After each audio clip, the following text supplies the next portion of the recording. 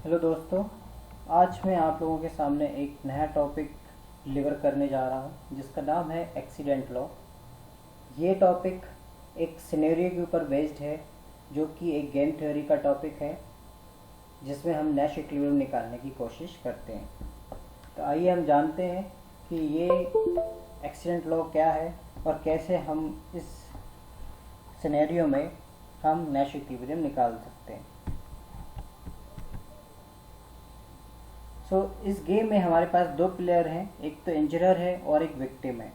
इस सिनेरियो को समझने के लिए मैं आपके सामने एक एग्जांपल रखता हूं। तो हम मान लेते हैं कि एक घर है, ठीक है। ये एक हमारे पास एक घर है और इस घर के सामने हमारे पास एक फुटपाथ है और इस घर का जो ऑनर है वो है प्लेयर P1। ओके, अब जिस देश में भी ये घर है उस देश का ये कानून है, ये लॉ है कि अगर कोई फुटपाथ किसी घर के सामने है तो उस फुटपाथ को मेंटेन करने की जिम्मेदारी उस घर के ऑनर की होगी। मतलब यहाँ पे P1 की जिम्मेदारी होगी कि वो इस फुटपाथ को मेंटेन करे, है ना। अब यहाँ पे होता क्या है कि हमारे पास दूसरा प्लेयर आता है जो कि इस फुटपाथ पे जा रहा है, ठीक है। अब हो सकता है कि ये जो दूसरा प्लेयर है हमारा P2 ये चलते चलते यहाँ पे गिर जाए, क्योंकि हो सकता है कि ये फुटपाथ स्लिपरी हो जिसको P1 ने मेंटेन ना किया हो। तो मेंटेन ना करने के कारण P2 का यहाँ पे एक्सीडेंट हो जाता है इस फुटपाथ पे और P2 को हॉस्पिटल जाना होता है। हॉस्पिटल में जो भी ट्रीटमेंट का खर्चा आता है वो कौन उठाएगा, इसके ऊपर ही है हमारा एक्सीडेंट लॉ, ठीक है। तो आइए हम इसको थोड़ा डीप में समझते हैं। तो हमारे पास इस गेम में दो प्लेयर हैं, एक है हमारे पास इंजरर और एक है विक्टिम। ओके, इंजरर जिसके कारण हो सकता है हमारा एक्सीडेंट हुआ हो, विक्टिम जिसके साथ एक्सीडेंट हुआ है। यहाँ पे अगर हम एक्शंस की बात करें तो हर प्लेयर के पास कुछ एक सेट है पॉसिबल केयर का, ठीक है। तो मतलब वो कितना भी केयर ले सकते हैं, कितना भी केयर कम कर सकते हैं, कितना भी केयर ज़्यादा कर सकते हैं। अगर मैं इस गेम की बात करूं तो प्लेयर P1 अगर इसके ऊपर इन्वेस्टमेंट करता है फुटपाथ के ऊपर, इसका मतलब है कि P1 जो है केयर बढ़ा रहा है। अगर इन्वेस्टमेंट नहीं करता है प्लेयर P1 फुटपाथ के ऊपर तो इसका मतलब है कि वो केयरलेस है और वो केयर नहीं कर रहा है। ऐसे ही अगर प्लेयर P2 की बात करें तो वो चलते समय हो सकता है कि केयरलेस हो सकता है वो ऐसे शूज़ पहना हो जो कि खुद पहले से ही स्लिपरी हो, तो ये उसकी केयरलेसनेस को दर्शाता है। तो कोई भी प्लेयर दोनों मतलब हमको अगर एक्सीडेंट को अवॉइड करना है तो दोनों ही प्लेयर का केयरफुल होना आवश्यक है ना। अगर दोनों में से कोई भी एक प्लेयर केयरफुल नहीं होगा तो एक्सीडेंट होने की संभावना है, ठीक है। तो दोनों का केयरफुल होना यहाँ पे जरूरी है, ठीक है ना। अब हमारा प्लेयर का क्या प्रेफरेंस होगा तो इसको हम समझेंगे हमारे पे ऑफ फंक्शन से। तो आइए हम देख लेते हैं पे ऑफ फंक्शन क्या होगा इस गेम का। तो पे ऑफ फंक्शन को समझने से पहले हम यहाँ पे एक लॉस को समझ लेते हैं कि जब कोई एक्सीडेंट होता है तो उसके कारण से जो लॉस जनरेट होगा वो लॉस क्या होगा।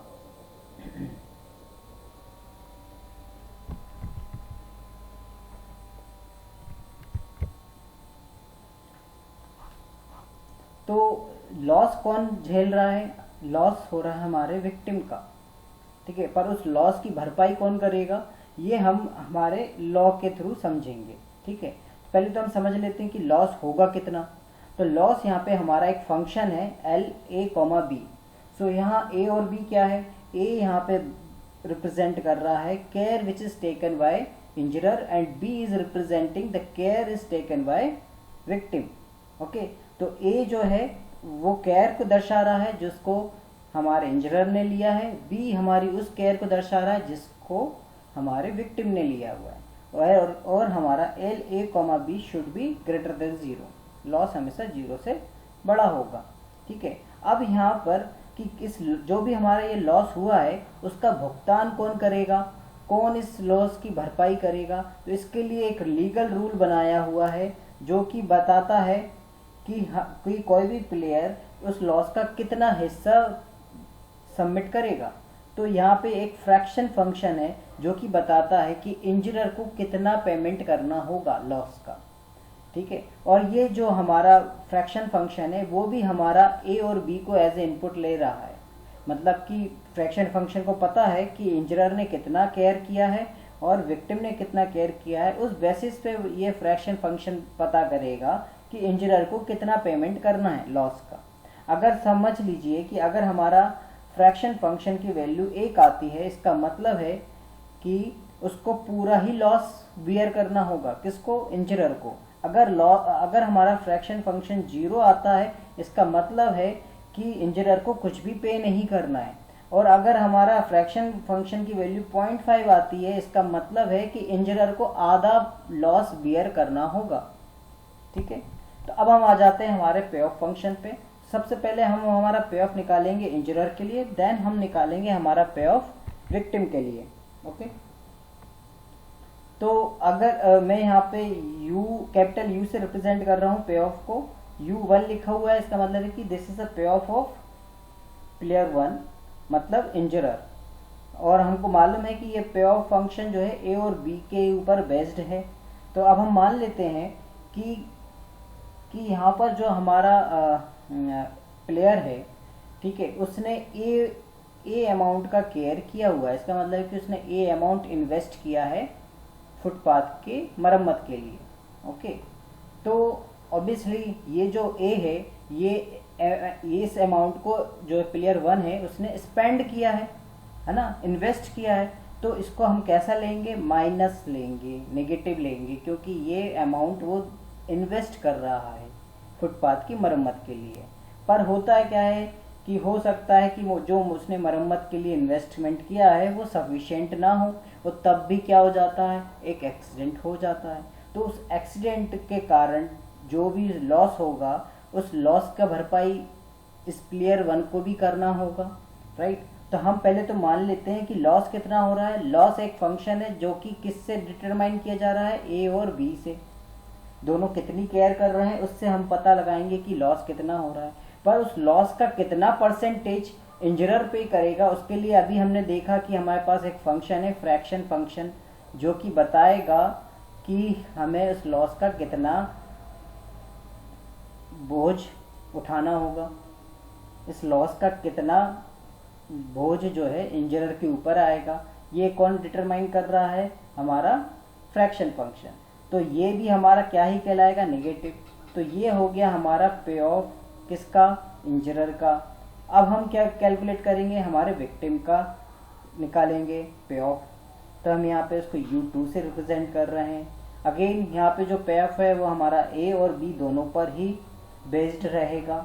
तो अब यहाँ पे बी क्या है? बी जो है वो केयर है जो कि प्लेयर 2 ने की है। तो ये जो केयर है इन टर्म्स ऑफ अगर मैं देखूं कि मनी, उसने इतना अमाउंट इन्वेस्ट किया है केयर पे, तो यहाँ पे इसको नेगेटिव बी में लूँगा पे ऑफ के अंदर। अब यहाँ पे लॉस हो रहा है तो लॉस को हम डिटरमाइन करेंगे ए कोमा बी से, है ना। अब इस लॉस का कितना भुगतान विक्टिम करेगा, उसके लिए हमको फ्रैक्शन फंक्शन के पास जाना पड़ेगा। पर हमको मालूम है कि फ्रैक्शन फंक्शन क्या पता लगाता है? ये फ्रैक्शन फंक्शन पता लगाता है कि इंजरर कितना पे करेगा लॉस का। तो अगर हमको निकालना है कि विक्टिम कितना पे करेगा, तो हम क्या कर देंगे? यहाँ पे 1 minus P of A comma B निकाल लेंगे, जो कि बताएगा कि विक्टिम कितना पे करेगा इस लॉस का, है ना। और ये भी कैसा रहेगा? नेगेटिव। तो ये हो गया हमारे विक्टिम का पे ऑफ, ठीक है। अब हम क्या होता है कि यहाँ पे एक लीगल रूल बनाया गया है। वो लीगल रूल क्या कहता है? लीगल रूल ने दो चीज़ें यहाँ पे स्पेसिफाई की हैं कि x1 एक जो है, x1 एक ऐसा अमाउंट है, x1 एक ऐसा अमाउंट है जो कि दर्शाता है स्टैंडर्ड केयर को। किसके लिए? इंजरर के लिए। मतलब कि इंजरर को x1 केयर करनी होगी और विक्टिम को कितनी केयर करनी होगी? x2। ये मिनिमम केयर है जितनी करनी चाहिए।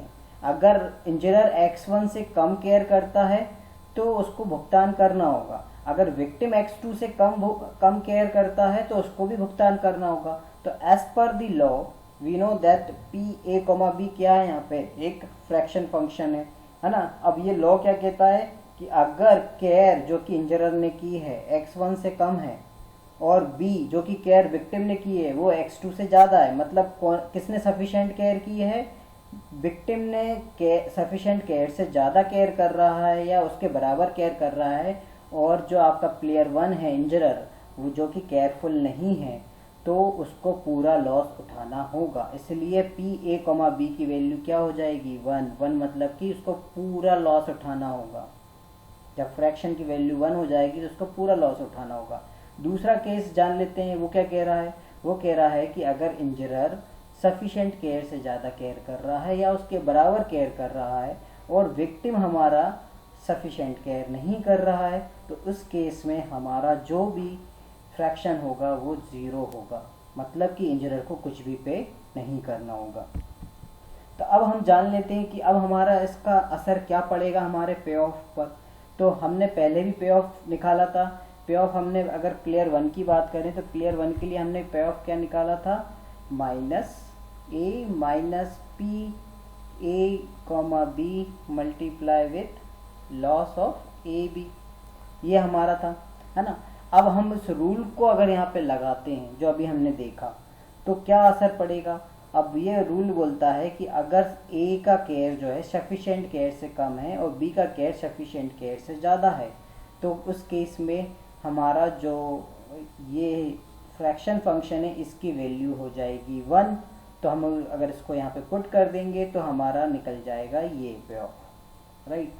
दूसरा केस कहता है कि अगर ए सफिशिएंट केयर कर रहा है और हमारा प्लेयर इंजरर सफिशिएंट केयर कर रहा है और विक्टिम हमारा सफिशिएंट केयर नहीं कर रहा है, तो उस केस में हमारा इस फ्रैक्शन फंक्शन की वैल्यू हो जाएगी 0, तो हमारा पे ऑफ हो जाएगा -a1, राइट। सिमिलरली अब हम ऐसे ही यूट्यूब मतलब विक्टिम के लिए भी पे ऑफ निकालते हैं।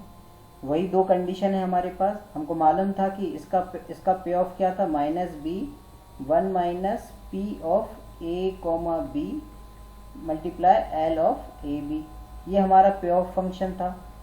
अब हम क्या करते हैं, पहली कंडीशन को पुट करते हैं। पहली कंडीशन कहती है इंजरर अगर हमारा सफिशिएंट केयर नहीं कर रहा है और विक्टिम हमारा सफिशिएंट केयर कर रहा है, तो इंजरर को सारा उठाना पड़ेगा, सारा लॉस उठाना पड़ेगा। तो यहाँ पे हम इसकी वैल्यू रख देंगे 1, तो 1 माइनस 1 हो जाएगा 0, तो लॉस हो जाएगा हमारा 0, मतलब कि विक्टिम को कुछ भी लॉस नहीं उठाना है, सिर्फ उसने जितना केयर किया है वही उसका पे ऑफ होगा। दूसरी कंडीशन कहती है कि इंजरर इस बार हमारा सफिशिएंट केयर कर रहा है पर विक्टिम हमारा केयर नहीं कर रहा है, तो उस केस में ऑब्वियसली विक्टिम को लॉस उठाना पड़ेगा। तो इस केस में हमारा फ्रैक्शन की वैल्यू हो जाएगी 0, तो 1 माइनस 0 हो जाएगा 1, और 1 को एल से मल्टीप्लाई करेंगे तो पूरा जितना भी लॉस है वो पूरा हमारे विक्टिम को उठाना पड़ेगा, साथ ही साथ जो उसने केयर की है वो भी उसको उठाना पड़ेगा। तो ये तो हो गया हमारा पे ऑफ पर असर इसका। अब हम निकाल लेते हैं नैश इक्विलिब्रियम इस गेम का। तो हम क्या मान लेते हैं, हमको मान लेंगे कि नैश इक्विलिब्रियम के लिए हमको बेस्ट रिस्पॉन्स फंक्शन की जरूरत पड़ेगी यहाँ पे। तो बेस्ट रिस्पॉन्स फंक्शन हमें मान लेता हूँ b1 एक बेस्ट रिस्पॉन्स फंक्शन है हमारे प्लेयर 1 के लिए, और मैं मान रहा हूँ कि जो हमारा दूसरा प्लेयर है विक्टिम वो अपनी सफिशिएंट केयर कर रहा है। तो मैंने मान लिया b जो है x2 के बराबर है, x2 मतलब सफिशिएंट केयर कर रहा है, और मैं इस b को बोल रहा हूँ b स्टार मतलब कि b की वैल्यू क्या है, जो केयर विक्टिम कर रहा है वो किसके बराबर है, x2 के बराबर। तो मैंने यहाँ पे क्या रख दिया, v स्टार रख दिया। अगर मैं इस b स्टार को निकालूंगा तो अब मैं देखता हूँ कि इसके लिए बेस्ट एक्शन कौन सा होगा प्लेयर 1 के लिए, ठीक है। तो हम क्या करते हैं, एक ग्राफ प्लॉट करते हैं। y एक्सिस पे हमारा रहेगा पे ऑफ और x एक्सिस पे रहेगा हमारा केयर फॉर द इंजरर। तो यहाँ पे हो गया हमारा पे ऑफ और यहाँ पर है हमारा केयर, जो कि हमारा प्लेयर ए की केयर को दर्शा रहा है, हमारा प्लेयर 1 की केयर को दर्शा रहा है, ओके। अब मैं मान लेता हूँ कि ठीक है प्लेयर जो दूसरा प्लेयर है विक्टिम उसने सफिशिएंट केयर किया हुआ है, तो मैं भी मान लेता हूँ कि मेरे प्लेयर ने भी सफिशिएंट केयर किया हुआ है, और मैं इसको इस पॉइंट को नाम दे देता हूँ ए स्टार। और ए स्टार मुझे मालूम है कि ए स्टार है, इसका मतलब है कि ये किसके बराबर होगा, x1, क्योंकि x1 हमारा सफिशिएंट केयर है इंजरर के लिए, ठीक है। अब मैं मानता हूँ कि यहाँ पे उसका इतना पे ऑफ है, ठीक है। अब एक बात बताइए कि अगर प्लेयर इंजरर अगर सफिशिएंट केयर से ज़्यादा केयर करेगा तो क्या उसका कुछ लॉस का कुछ भी पार्ट देना होगा क्या? नहीं, क्योंकि हमने अभी देखा कि अगर कोई भी प्लेयर सफिशिएंट केयर से ज़्यादा केयर करता है तो उसको लॉस का कुछ भी नहीं उठाना है, लॉस का कुछ भी पार्ट उसको पे नहीं करना है। सिर्फ उसका क्या पे करना है, जो उसने इन्वेस्ट किया है केयर के लिए वो उसको उठाना होगा।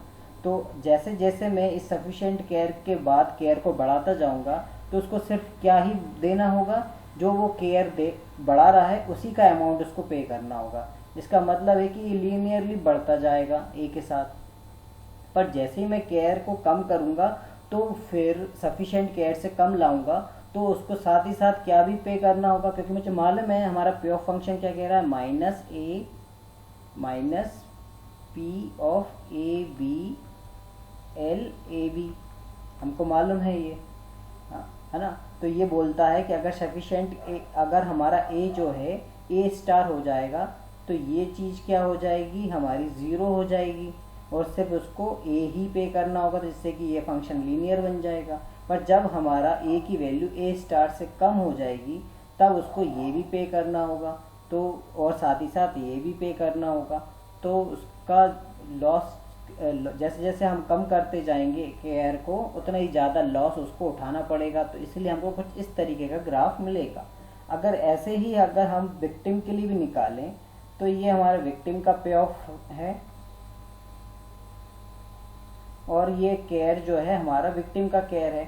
और मैं मान लेता हूँ कि यहाँ अच्छा यहाँ पे तो मैंने पता, यहाँ पे आप देखेंगे कि ऑप्टिमल पॉइंट कौन सा मिल रहा है आपको, इधर आपको ऑप्टिमल पॉइंट ये मिल रहा है, यहाँ पे सबसे ज़्यादा पे ऑफ है किस पॉइंट पे, ए स्टार पे। तो मुझे मिल गया कि जब दूसरा प्लेयर हमारा सफिशिएंट केयर कर रहा है तो इसको भी सफिशिएंट केयर करना होगा, ये इसके लिए बेस्ट है। अब हम इधर भी कर लेते हैं, इधर हम मान के चल रहे हैं कि हमारा जो दूसरा प्लेयर है ना, अब हम यहाँ पे बेस्ट रिस्पॉन्स निकाल रहे हैं दूसरे प्लेयर के लिए। जब हम मान के चल रहे हैं कि हमारा पहला प्लेयर जो कि इंजरर है वो बेस्ट केयर कर रहा है, सफिशिएंट केयर कर रहा है, तो हमारा बेस्ट स्ट्रेटजी क्या होगा, बेस्ट स्ट्रेटजी क्या होगा हमारे प्लेयर 2 के लिए, मतलब विक्टिम के लिए। तो मैं मान के चल लेता हूँ ये वो पॉइंट है बी स्टार जिसकी वैल्यू है हमारा x2 के बराबर, सफिशिएंट केयर के बराबर। हमको मालूम है कि अगर कोई भी प्लेयर अपनी सफिशिएंट, मैं मान के चलता हूँ कि यहाँ पे इसको इतना पे ऑफ मिल रहा है, ठीक है। अब मुझे मालूम है कि कोई भी प्लेयर अगर अपनी केयर को सफिशिएंट केयर से बढ़ाएगा तो उसको लॉस का कुछ भी पार्ट उठाना नहीं होगा, पर उसको जितनी केयर उसने बढ़ाई है उसका उतना तो पे करना ही होगा, जो कि लीनियरली क्या होता जाएगा, बढ़ता जाएगा बी के साथ साथ। क्योंकि हमको मालूम है यहाँ पे फंक्शन क्या है, minus B minus one minus P A comma B L A B. तो इस फंक्शन के अकॉर्डिंग अगर हम देखें तो यहाँ पे लीनियरली बढ़ेगा, क्योंकि ये वैल्यू 0 हो जाएगी जब ये सफिशिएंट केयर लेगा।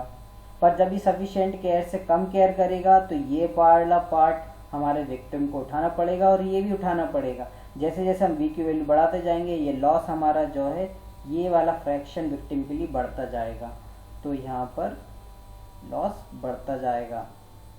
तो यहाँ पे भी अगर हम देखें तो ऑप्टिमल पॉइंट हमको क्या मिल रहा है, जहाँ पे पे ऑफ सबसे ज़्यादा है वो है हमारा बी स्टार। तो इधर भी हमको क्या मिल रहा है, बी स्टार। तो as per the Nash equilibrium हम देख पा रहे हैं कि B1 का बेस्ट एक्शन मिल रहा है ए स्टार, जब वो कंसिडर कर रहा है कि दूसरा प्लेयर बी स्टार ले रहा है, सॉरी B1 का जो बेस्ट एक्शन है वो मिल रहा है ए स्टार, जबकि वो कंसिडर कर रहा है कि दूसरा प्लेयर बी स्टार ले रहा है। और सिमिलरली B2 के लिए भी देखें तो B2 का बेस्ट एक्शन है बी स्टार, जबकि वो ये कंसिडर कर रहा है कि इंजरर जो है ए स्टार पॉलिसी को अपना रहा है। तो हम बोल सकते हैं कि ए स्टार और बी स्टार हमारा यहाँ पर नैश इक्विलिब्रियम होगा। तो यही था हमारा नैश इक्विलिब्रियम इस सिनेरियो का। Thank you.